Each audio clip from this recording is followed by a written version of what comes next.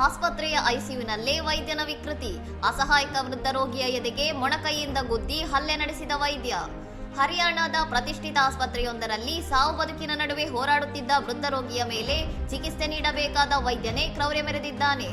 ಹಲ್ಲೆ ನಡೆಸುವ ಮುನ್ನ ವೈದ್ಯನು ಸುತ್ತಲೂ ಕಣ್ಗಾವಲು ಕ್ಯಾಮೆರಾಗಳು ಎಲ್ಲಿವೆ ಎಂದು ಪರಿಶೀಲಿಸಿ ನಂತರ ಹಾಸಿಗೆಯ ಸುತ್ತಲಿನ ಪರದೆಗಳನ್ನು ಎಳೆದು ರಹಸ್ಯವಾಗಿ ಈ ಕೃತ್ಯ ಎಸಗಿದ್ದಾನೆ. ಯಾರಿಗೂ ಕಾಣದಂತೆ ಪರದೆ ಮರೆ ಮಾಡಿದ್ದರೂ ಸಹ ವೈದ್ಯನು ರೋಗಿಯ ಎದೆಗೆ ಬಲವಾಗಿ ಗುದ್ದಿರುವ ದೃಶ್ಯವು ಸಿಸಿಟಿವಿ ಕ್ಯಾಮೆರಾದಲ್ಲಿ ಸೆರೆಯಾಗಿದ್ದು ಈಗ ವಿಡಿಯೋ ಬಹಿರಂಗಗೊಂಡಿದೆ.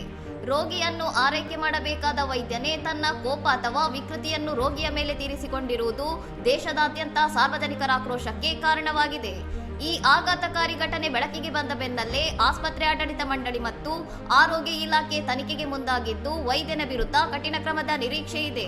ಇನ್ನಷ್ಟು ಸುದ್ದಿಗಳಿಗಾಗಿ ನೋಡ್ತಾ ಇರಿ ಸೌರಂ ಟಿವಿ.